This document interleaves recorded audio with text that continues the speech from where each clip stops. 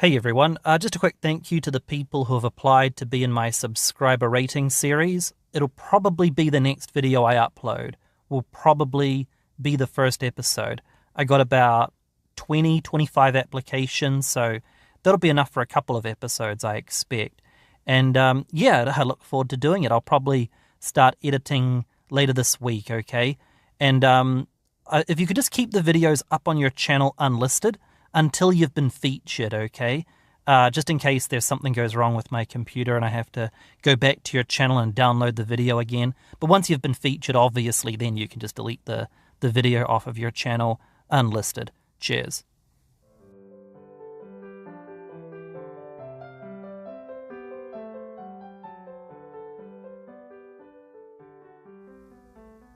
You know, there's a word in the English language that I'm sure that most of you have probably heard of before. It's called ambivalent.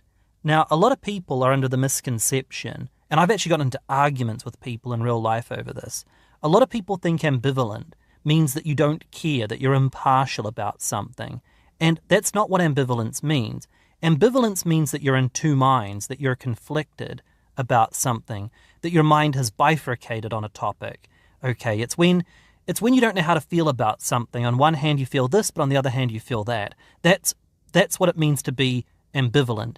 And for me, it's the perfect word to describe how I feel about politics. Like, on one hand, politics can be a good thing for some people. For some people, it's how they make their living, whether by covering politics or getting involved in politics. And, you know, if you're passionate, if you genuinely believe that a particular politician or, you know, local representative is good for you or good for your society, or you just have a moral kind of leaning towards a particular candidate, if you want to go around door knocking and getting involved and changing people's minds, that can be a good thing as well. However, on the other hand, and you can see this all over the internet, is that for a lot of people, politics becomes an extension of whatever type of mental health problems they have.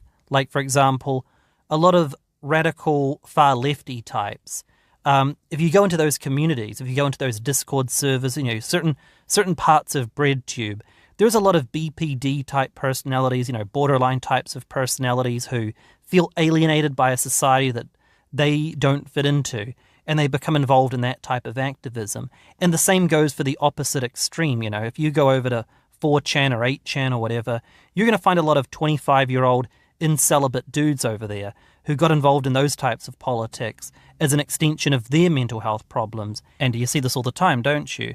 But, like, none of this is like a shocking revelation. Most people know that mental health problems and politics can become intertwined. However, there have been some new studies that have been done that actually demonstrate, they don't prove conclusively, but they demonstrate that becoming obsessed with politics, regardless of what side of the spectrum you're on, can actually cause not just mental health problems, but it can actually cause permanent rewiring of the brain. In essence, and this might sound a little bit hyperbolic, but it's not by definition, they can actually give themselves brain damage by obsessing over politics too much. And I know that most of the disaffected edgelords in the comments will be like, well, I don't obsess over politics. I know that it's all a cope, bro. And that's fine on the surface of it all. But if you look at their behavior, they demonstrate much of that same obsessive disposition towards a lot of things that are very political in nature. Like, if you're arguing with somebody about what attracts women, that is a political debate in nature, okay? Everything is political, whether you like it or not, okay?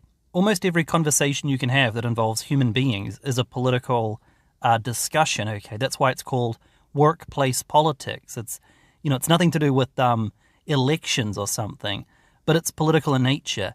And a lot of people get sucked into politics and they don't even realize just how sucked in they've gotten. And they don't realize how much they spend time, you know, arguing about things that don't matter to them. And again, let me be clear. I'm not saying that you shouldn't have moral values or political values. Everyone should have at least some form of political or underlying moral framework. For example, you know, I have a very strict definition of what I consider to be immorality, okay? It's axiomatic, it's intrinsic. And to be honest with you, I don't think I would have much in common with somebody who doesn't have at least some political identity. Meaning, even if we disagree, that's something we can chat about. I get people all the time say they don't agree with all of my points, and that's great. It means they actually stand for something, and I like that about people. Again, people who don't stand for anything, in my opinion, are usually boring people. We would have to have some sort of common interest, for me to find someone interesting who has no values about anything, who has no opinions on anything. You know how sometimes, a lot of guys will be able to relate to this, you know how sometimes you'll meet a girl, right, or you'll see a girl around, like at university or school or whatever, and she's very quiet, okay? And you're not sure if she's shy, and she just has all of this philosophy, all of these, these opinions, all of these thoughts that she just doesn't let out, that she keeps to herself. A lot of men are drawn into shy girls, okay?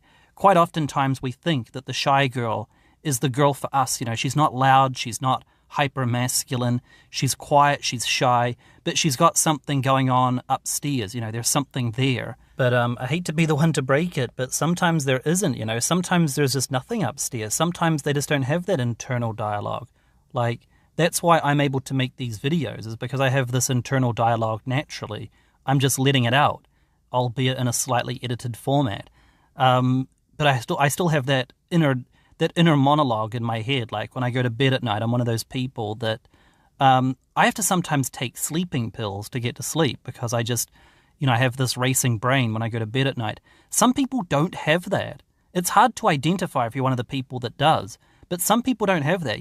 Sometimes you meet those shy girls and they don't have anything to say. There's nothing there behind the eyes. They're just, the reason why they're quiet, it's not because they're shy, it's because they've just got nothing to say to you.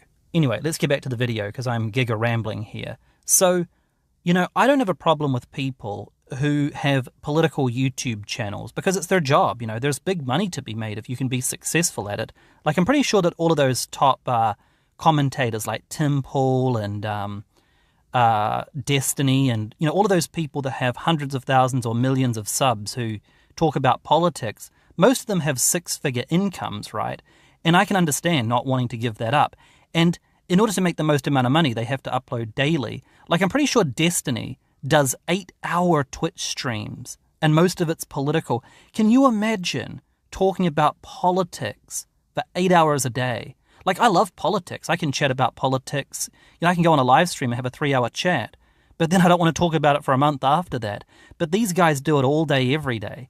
And I think that lefty YouTuber, Hassan Piker, or whatever his name is, he's the same, like hours and hours and hours of politics. Like, again, I get why the commentators, would be drawn to making that type of content, because, again, it's their jobs. Like, if you go work in a call center, you don't feel like spending 8 hours a day talking to clients, but that's your job, so you do it. Same with sales, same with, outdoor jobs, that's your job. You don't want to do it, but you do it. They're Twitch streamers or YouTube streamers, so they talk about politics for 8 hours a day or 10 hours a day while playing video games. It almost sounds like probably better than a regular job.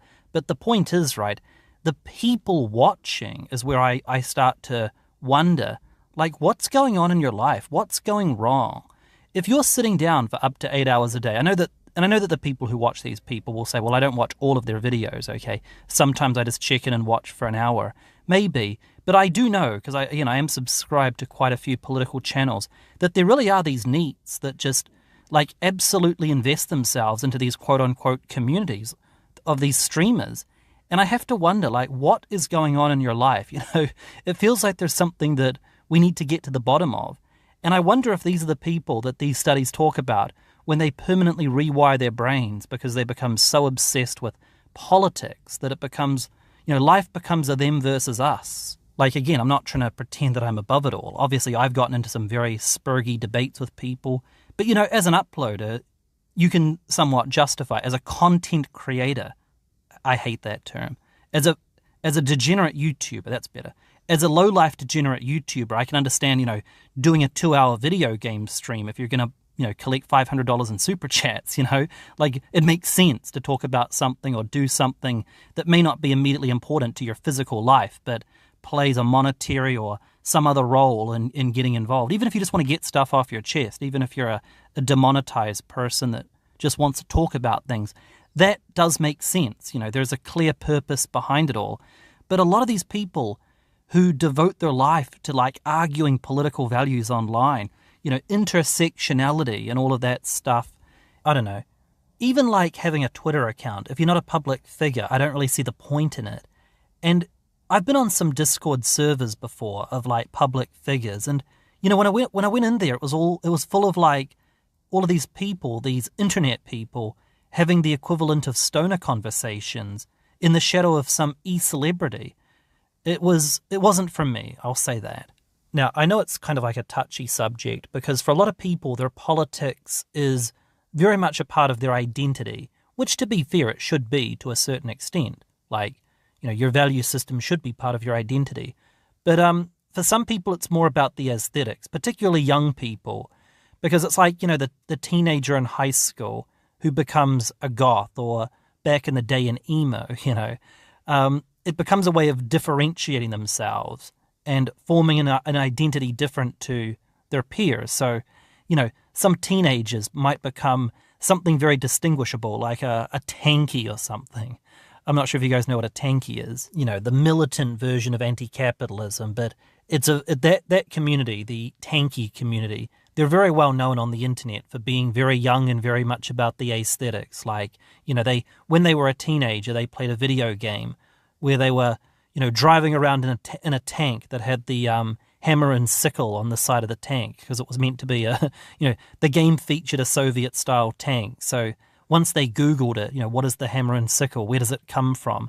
It led them to like reading about the Soviet Union on Wikipedia. And, you know, now whenever they buy a T-shirt, it has to have Che Guevara on it. Like that type of thing, you know, very much part of the identity.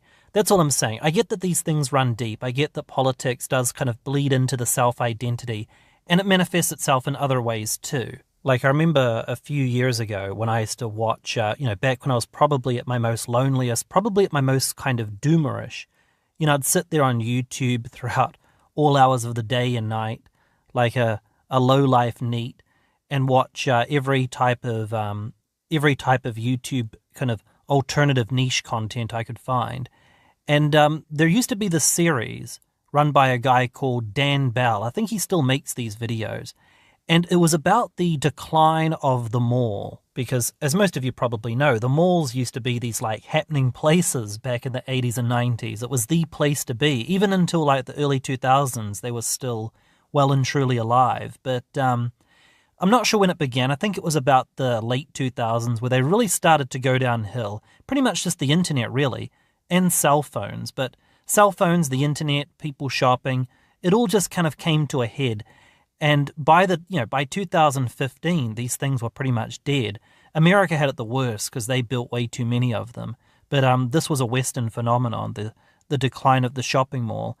And I remember I really felt it. It was really, you'd almost describe it as emotional, seeing these malls go into decay, because we remembered them as children being these happening places, and to see them on the decline like this, it really did kind of have an effect. And I'm not sure if I was aware of it consciously at the time, but what I think it was, or what I know it was, is that the reason why the decline of the mall was emotional is because it was a manifestation of me projecting my own feelings of decline, decline from childhood. Being a kid was so happy, and now, 30 years old and just kind of not really feeling life that much. And the mall was almost kind of like it was almost like something that you could relate to, almost like a person. Like the mall is a person that you can relate to. You know what it's like to have declined over the last 20, 30 years. And that's why. And it wasn't just me. And Dan Bell used to do this thing where he would add 80s music at the beginning of it, and he would make it all kind of retro-y with his thumbnails, and that just added to the sense of decline. Anyway, what does any of this have to do with politics? Well, what happened is after I went through my 90s nostalgia period of watching, the Dead Mall series and whatnot, I found myself watching a lot of alt-right content. I found myself watching a lot of content that was very much part of that dissident right kind of persuasion. And you might be thinking, well, is it because you were alt-right or you still are? No. The reason why I kind of identified with the alt-right content, it's not because I believed what they believed, but more I kind of felt what they felt, okay? And on top of that, they often used a lot of emotional priming in their videos, so that's why I was able to kind of connect with it in a sense. Like, I don't mean to pick on Devon Stack, who runs the Black Pill channel, but, like, he was one of the channels that I kind of fell into where, where they would mourn the loss of, like, the 50s and the good old days of the West. Whereas I was more, didn't really care so much about, like, the boomer days, but that sense of, like, decay, of decline. I sympathize with the message, even though I didn't fully understand the dog whistle at the time. It was kind of the underlying emotional sentiment behind it, which is why I often liked a lot of those videos. And of course, I've tried to wean myself off of them since. But what I'm trying to say here, this is not about one side of the spectrum. The point that I'm trying to make is that so much of politics is emotional. And a lot of people don't like to admit it. They like to pretend that they're all about the facts and data. But so many people get into politics for emotional reasons. Like I said, a lot of people who get involved in breadtube, they just want validation for their identity. And a lot of people who watch alt-right content, I know that there's the so-called alt-right pipeline where you start off by watching, like, anti-SJW stuff, and then it gets, more and more conservative. But there's that other door as well, the psychological door, the feel, that manifestation that your life isn't, that the things in your life have decayed a little bit, and then you start listening to politics that talk about the decay of the West, and you start kind of connecting with it on that level. So there's different avenues, there's different reasons why people get involved in politics, but usually there's an emotional sentiment behind it. And again, I'm not trying to be like, all doom or anything. Sometimes when I do these videos, I'm like, damn, that came out a lot more negative than I intended. Like that video the other day that I did, that one about the youth you could never have. I thought that was a really good video, and it got a good amount of likes. But I kind of looked at that video and I was like, oh, maybe it came across as a little bit negative. Maybe I should have dressed it up to make it sound more optimistic, because it was an optimistic video. Beneath the doomer title, it had an optimistic message. The point that I'm trying to make is that it's okay to be political. Okay, it's fine to be political. It's okay to have political values. You should have political values. Okay, if I woke up tomorrow and I was a rich celebrity Chad, I would still have the same political underlying kind of axiomatic values. Okay, everyone should stand for something. Okay, everyone should have a point. Okay, everyone should know the difference between right and wrong. And it's okay to get your news from somewhere. It's okay to subscribe to content online that not only has a similar kind of morality system to you, but also tells you what's going on in the world. And sometimes you can get angry about things, but just realize that there is a threshold that you shouldn't cross where, you start becoming addicted to everything that's wrong with the world, okay? Rage bait, it's called, okay? You start getting addicted to rage bait, or even just, like, seeing what's going on in the news is enough to, like, set you off. And you don't want to be that person who gets triggered by the news, because I was that guy for a long time. I was that guy that got really invested in it.